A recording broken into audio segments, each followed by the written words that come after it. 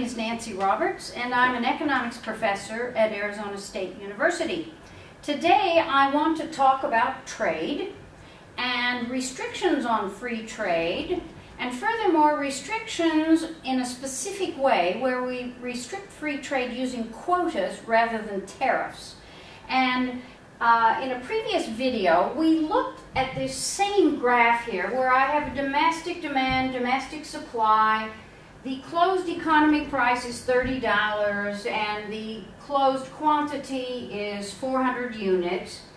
And we looked at consumer and producer surplus when the economy was closed and it was $8,000.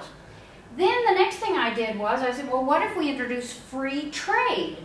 And so if we introduce free trade, we increase the supply of shoes into this economy. And the free trade price turned out to be $15, and 700 was the quantity demanded at a price of $15. We would have 600 imports if, in fact, supply increased this much and the price were $15. And in that case, we then measured consumer surplus and producer surplus, and we found that the surplus within the economy increased from 8,000 to 12,500. So this was good for the economy. Now, consumers were the big beneficiaries of these imports into the economy, and domestic producers were hurt by this because their production level went from 400 down to 100. And so the next thing we did was we said, well, domestic producers would lobby for tariffs on these imported shoes.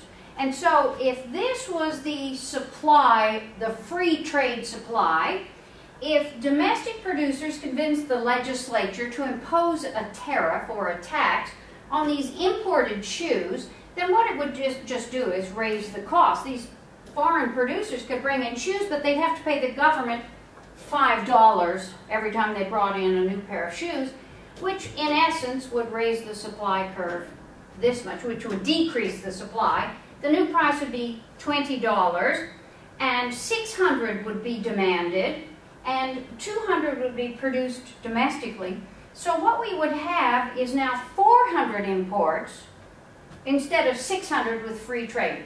So with this $5 tariff, we managed to reduce imports to 400, and this benefited the domestic producer. But we also saw that it reduced the surplus within the economy, even though the government, we introduced a third agent here because now we have consumers, producers, and the government collecting the tariff. We still lost these two triangular areas here.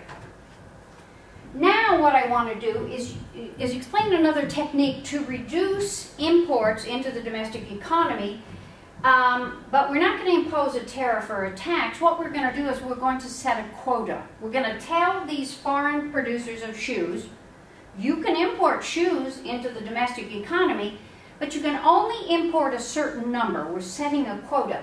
And what I want to do is set that quota at 400 because I want to compare a quota of 400 to a tariff that reduced imports to 400. And we'll see how they impact the domestic economy differently.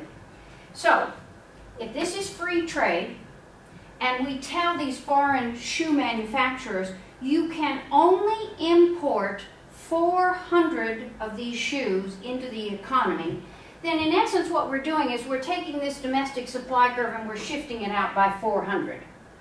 And if we do that, shift it out by 400, what you will find is that right here at a price of $20, this point on the domestic supply curve, if we increase the supply by 400, my new supply curve would come through right here. This would be my quota.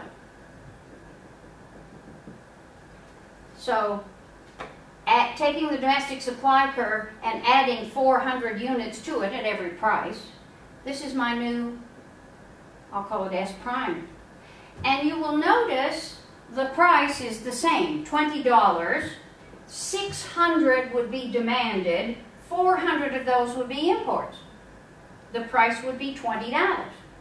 When we look at consumer and producer surplus and how this compares with free trade, in other words, what we've done is we've restricted imports into the economy to just 400, and we've used a quota instead of a tariff. And so let's look at surplus within the economy when we do that. So we can add up our areas again here. This is 1, 2, 3, 4, 5, 6, 7, 8, 9, and 10. And so now with this quota, consumer surplus is area 1, 2, 3, and 4, which is the same as it was with the tariff. So consumer surplus with the quota is going to equal 9,000. 1/2 base times height. Producer surplus is going to be the same as it was with the quota. It's going to be area 5 and 10. Producer surplus equals $1,000. So now we've accounted for areas 1, 2, 3, 4, 5, and 10. We're left with 6, 7, 8, and 9 that we haven't accounted for. This used to be part of consumer surplus in free trade.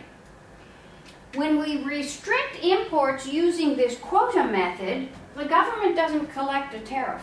There's no tax. So 7 and 8, in fact, goes to the foreign shoe manufacturers because they're going to charge a price of $20 and they don't have to pay the government $5 on each of these imports. So what's lost to the economy is 6, 7, 8, and 9. And so with a quota, our total surplus is 10,000. When you compare this 10,000 with this 12,000, they're similar in that the number of imports is 400 in each case. But if you do it with a tariff, at least the domestic government collects 7 and 8. If you do it with a quota, 7 and 8 is gone from the economy.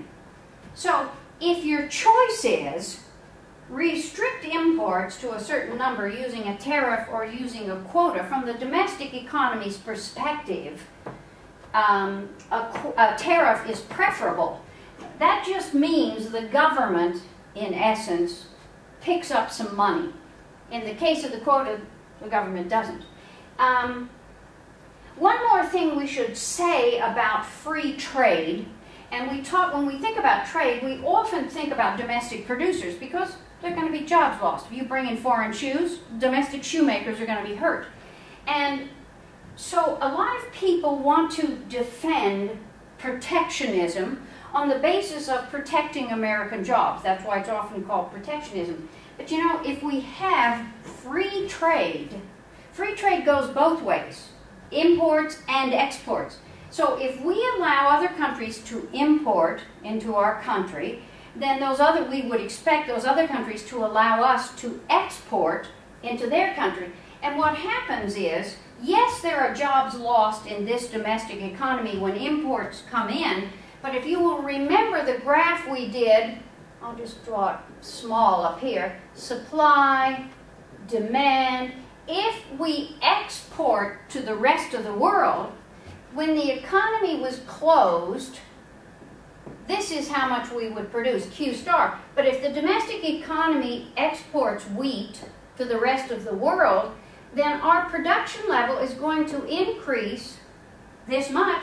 And so these people who used to make shoes can now help make new tractors and new farm equipment and new, it requires a mobility of resources. And America's pretty good at mobility of resources. It's one of the reasons why our economy generally is in pretty good shape, because resources are very mobile. But that's what should happen. This economy shrinks, this economy expands. Workers move from this economy to this economy. And efficiency is improved, wealth is increased, and so trade is a good thing. That's it.